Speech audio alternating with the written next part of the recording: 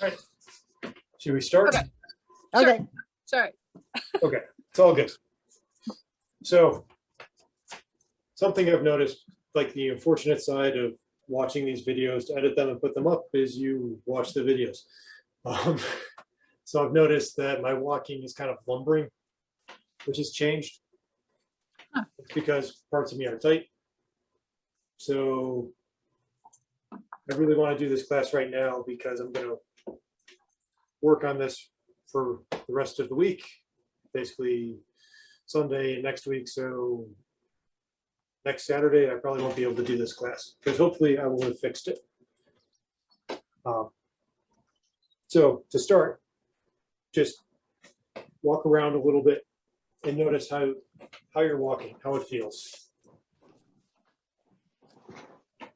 And I think this lumbering is has come from some of the core movement work that we've done, which is why I think it's an important class to do.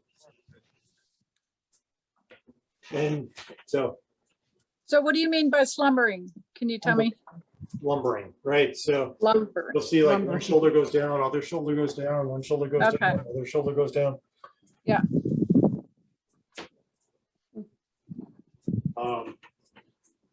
And I think that's because with working out the core, I've tightened it so I might move to one side and move to the other side, but there's still this lumbering to it. That's not so good.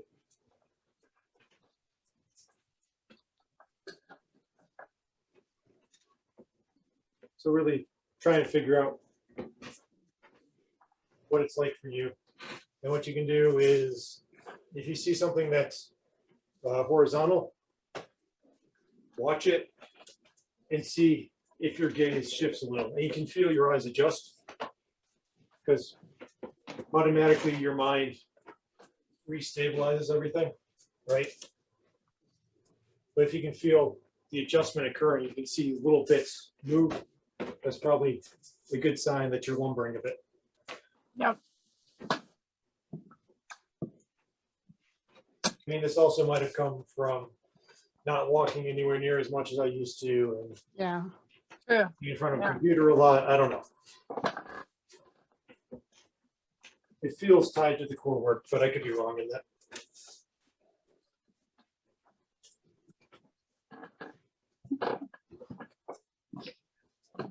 Yeah, definitely. So we've all learned how to walk several times in our life. At a really early age, a lot of kids will walk and then they forget how to walk and then they have to relearn how to walk. So that's at least twice. And then I remember in grade school, there was learning how to walk like the cool kids or adults before high school. There's like a kind of adding a swagger to it. So I know I've learned to walk at least 3 times, and then in martial arts, you learn how to walk in this other way. If you do Systema, you learn how to walk in yet another way.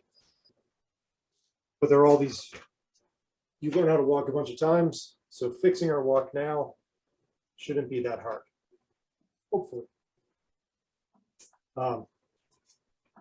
So the lumbering for me, I feel like it's because I move a little bit more with the core, but I've tightened this whole part. So I've learned flexibility up top, but I forgot about flexibility for the legs. And I'm not trying to use my hips much anymore, so I don't turn my hips a lot. So let's try walking with the hips is kind of a common way. So turn your hips to step and see how that feels.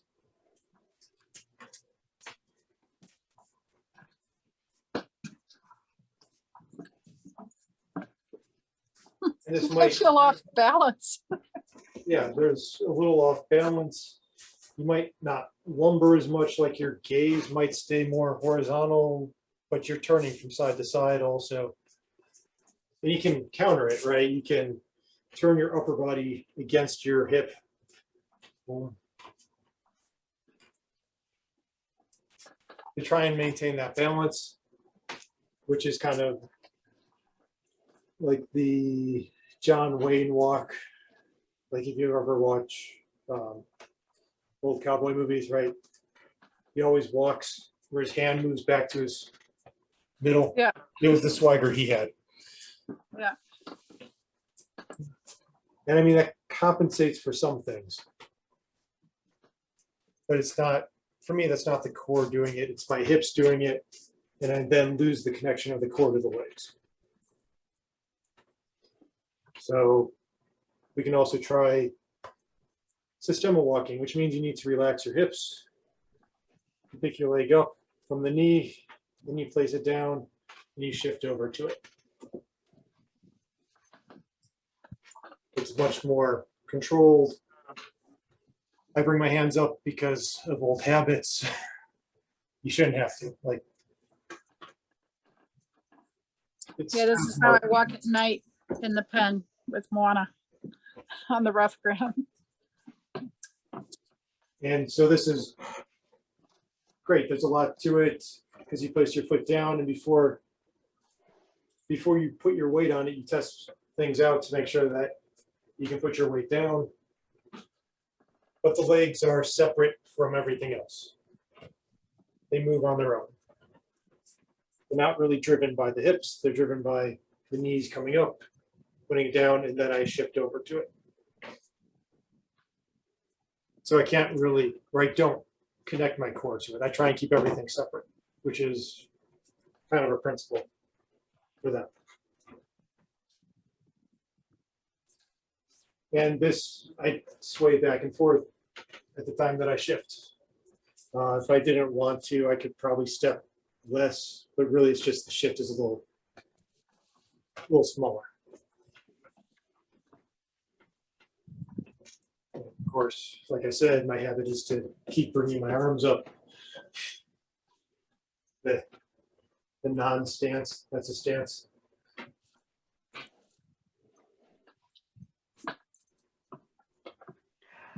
I guess I've shifted away from my heel coming down first. So with this, it's not the heel that comes down first, it's the middle of the foot. Okay, I'm talking in general. Yeah, I see. Okay. Well, one of your feet seems the heel comes down. The other foot, it seems like it's the middle of the foot.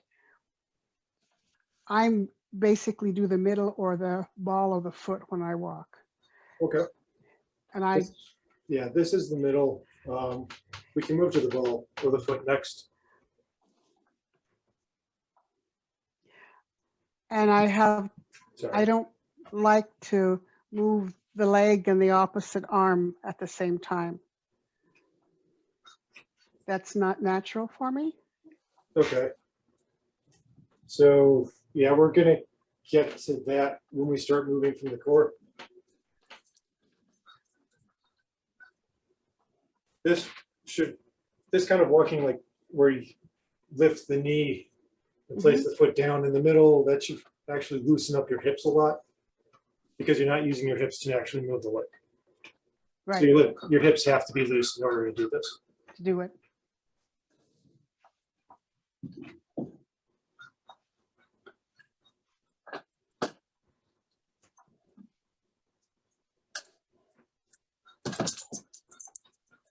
But you're right. You can also step with the ball of the foot. So Yeah. for the next, there's the step forward. So make sure you can see the feet. Step forward and you pull your leg to you, right? That's another way of walking. Where you're basically always pulling yourself forward.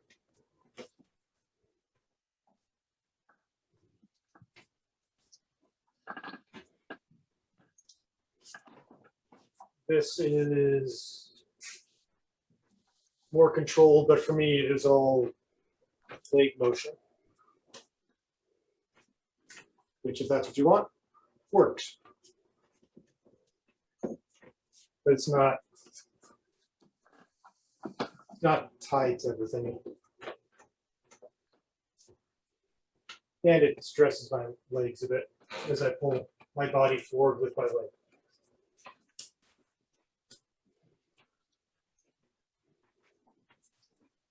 Which I feel extra torque on my knees, which I'm not super fond of.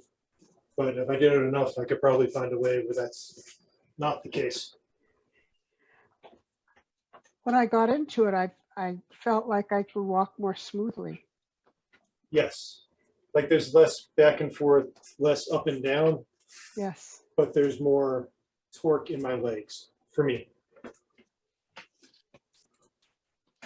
And I mean, maybe I'm exaggerating it too much. I really grip with the front foot and pull myself forward with it.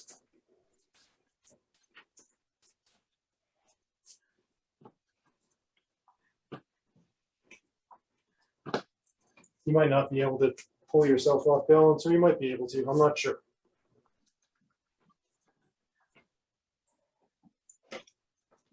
Different schools of thought on that.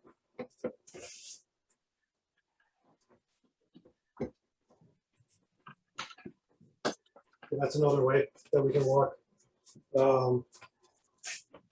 There's a very stylized, based on karate, and I don't do karate, so I apologize for butchering this, where they bring their foot in and out. Yeah. Which is a lot of hip, right?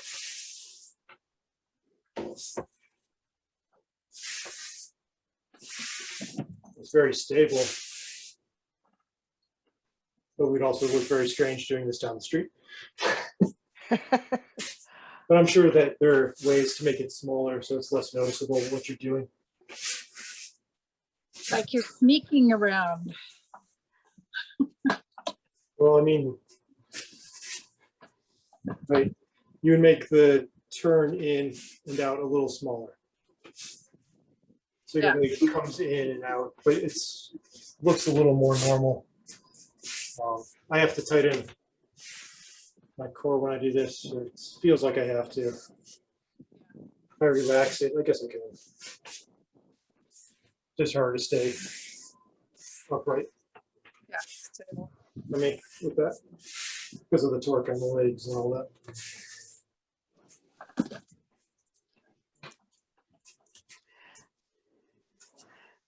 That tires out my hips faster, but I do remember many decades ago practicing this in an Aikido class. Yeah, I mean, it could be useful for Aikido. And it's interesting. It changes. Right? You're able to turn Yeah. easier Feels like, yeah, because you're already kind of turned. right. You can go any direction. Yep.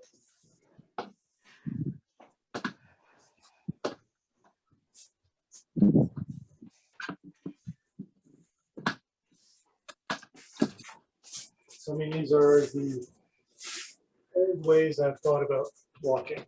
And now, right, I go back to my normal and I'm still lumbering, which I need to change my normal, basically. So we're going to try and take our core, the lower part of our core, there and back,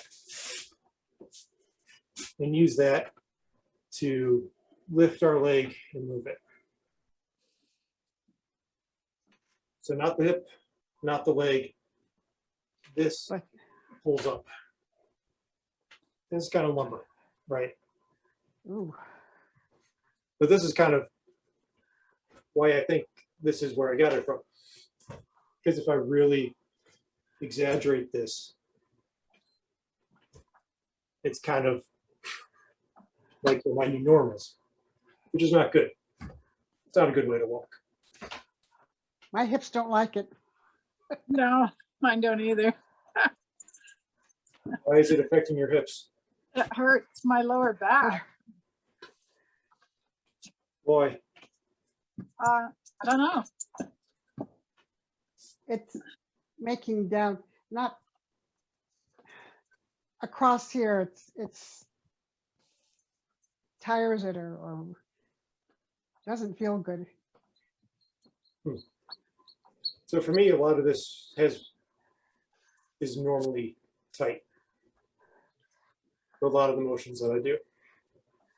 Uh-huh. So using it to pull up and down is like normal movement for me. Wow. And if I want it to be more turned, right, it lifts a little and then turns. And this is if I were walking same side. Mhm. And really robotic, like doesn't have to be that robotic. But again, it's not the hips doing it, it is this area pulling up to pull the leg and turn the leg. And the hip follows. I should stop saying boom, but that's.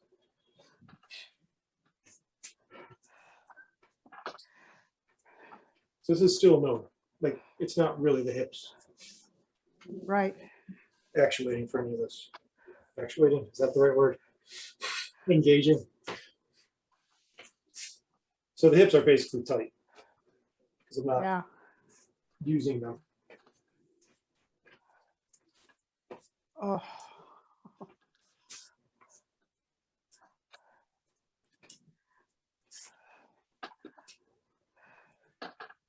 So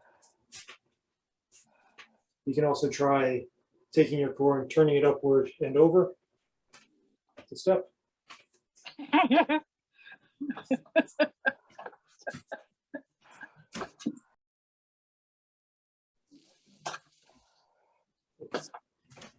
No, it's just using your core and like, and all these are the exaggerations, right? I can do that same motion and it's not as ridiculous looking. Still looks strange because the standard for society that we're in is for opposites to go. So when we do one side, it looks strange.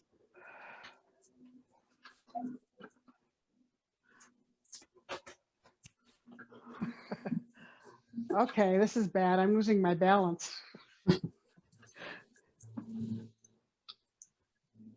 Then loosen the legs.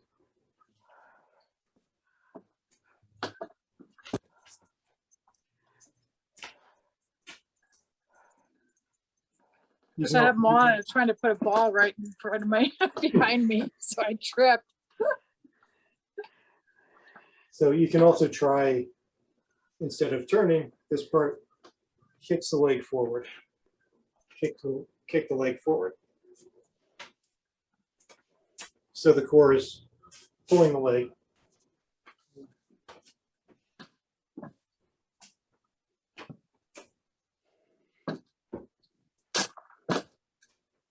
Oh.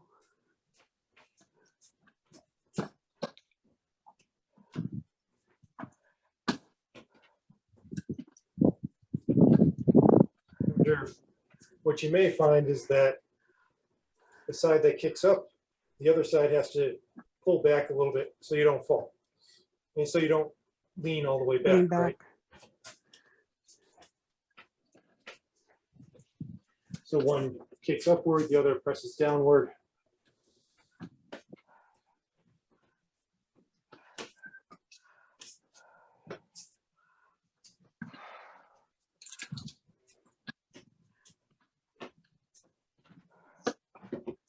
And if I keep the top of my core and my chest and all that heavy, then my gaze stays true. So chest and top part here is just heavy on top. So it's sluggish to move. So the bottom moves. And the top just kind of acts a little bit like a buffer on it.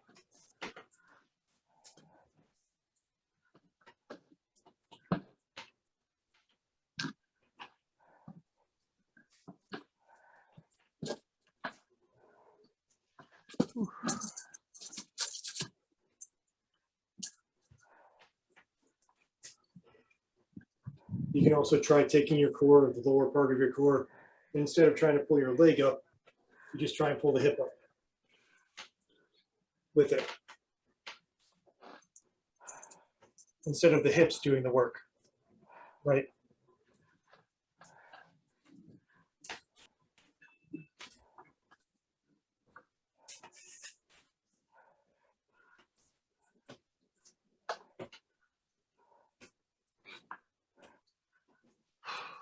With this version, my body starts to compensate with the other side, which is opposite hand, opposite leg. Yeah. Because I'm turning my hip up and around, so the other side just kind of turns in when that happens.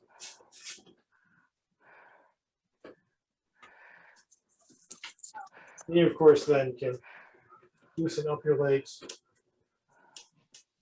So when the hip moves, the rest of the leg is a little loose, maybe fires a little bit to get the knee up.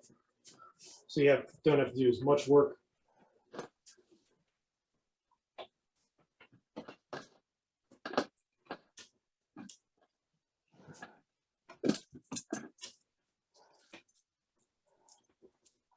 But again, it's the core doing it.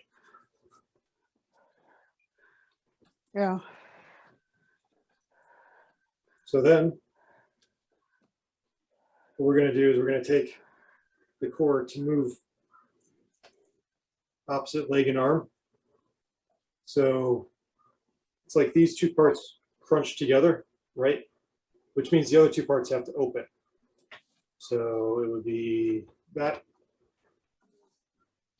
And then the other would be that. Right.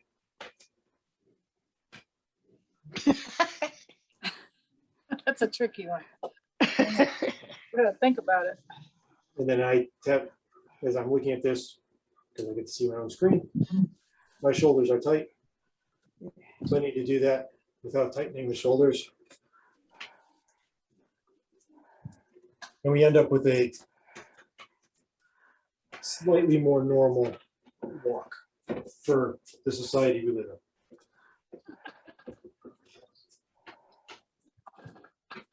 Not a Martian walk?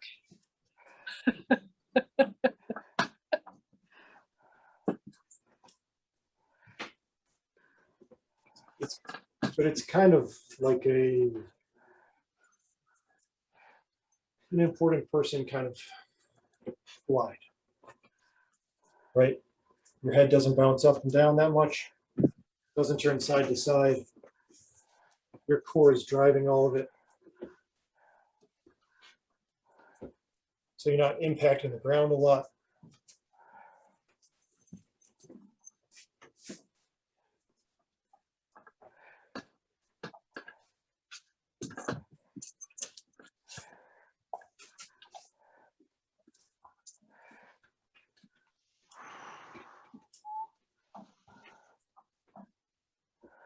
And then I find that I need to relax lower back just above or just below so that it's free enough to move. I'm still using it to generate power, but I want it to be able to flex and release. So I don't keep that line of tension through it that I normally do.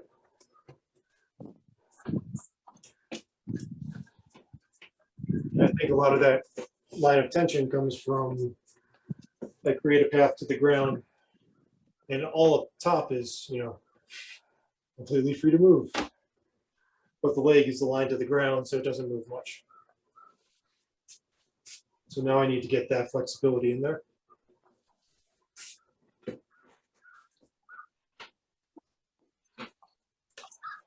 I want it to be driven by the core, at least for now.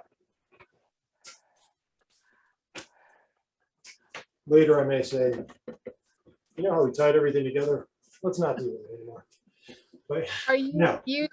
Are you using your core to lift your leg still or no? Yes. So the core lifts this leg, like this tightens in, and turns my arm over. Okay, Well, this one pulls away and turns that arm back. okay, And then the opposite happens.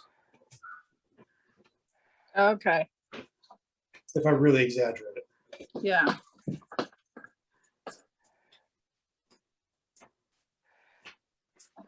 So it should feel like all the motion's being driven from here. And well, I guess it's actually this whole area. Because upper body is for the top part of them right now. Lower body is for the lower part. Do you feel stiff as a whole? A little bit. Okay. And I'm trying to get, so if I'm doing this and I look and I see, like right now, my shoulders are tense and turning forward. I try and get that out of there. Yeah. If I do this and I feel my leg is tight, I try and get that out of there.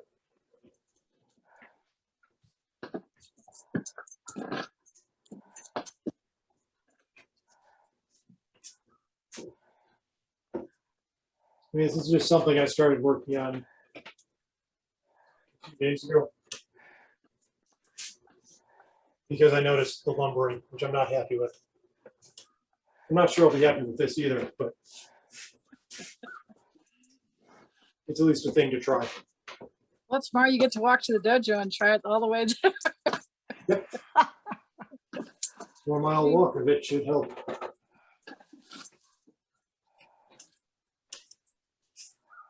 And so for me right now, the really important part is that the core starts it. So that's the initiating motion. Yeah. If I try not to swing my arms too much, my shoulders stay relaxed. Okay.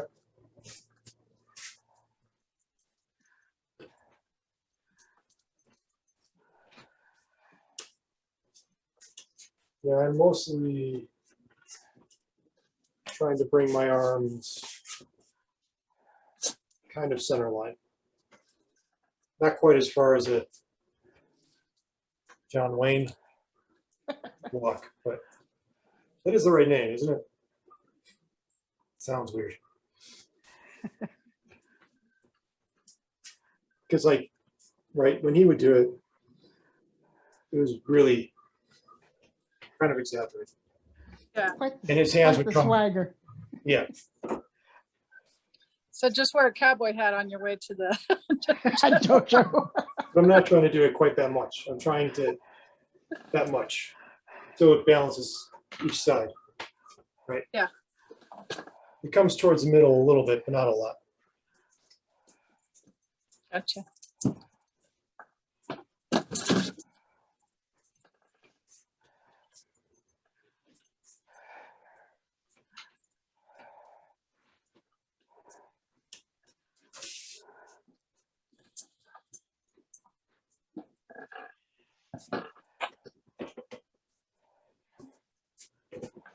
Cool.